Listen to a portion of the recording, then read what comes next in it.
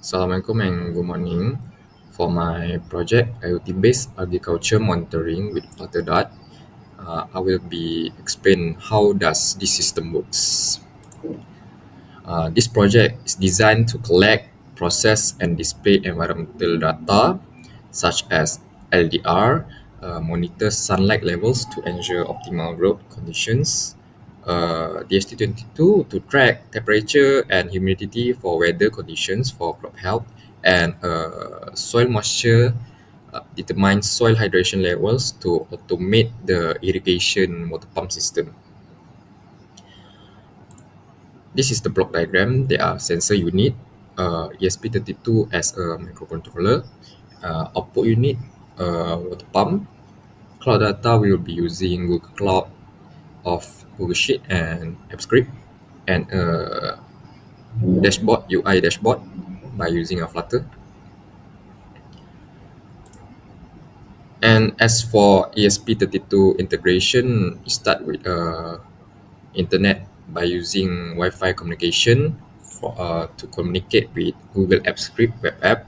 So this protocol use HTTP post to send data as a JSON to Google Sheets via AppScript. So Google Apps Script act as a middleware and send those data logging by using do posts, and this data will be parsed and append in the new row in Google Sheets. For the HTTP GATE protocol, this will request to fetch the latest data and then convert into the JSON response, and the object of JSON will object back to the Flutter apps and display as a user interface. This is the interface of Google Sheets. So those data are stored in Google Sheet via AppScript as a cloud for long-term analysis and monitoring. As for Flutter app, there will be a protocol named as HTTP GET request.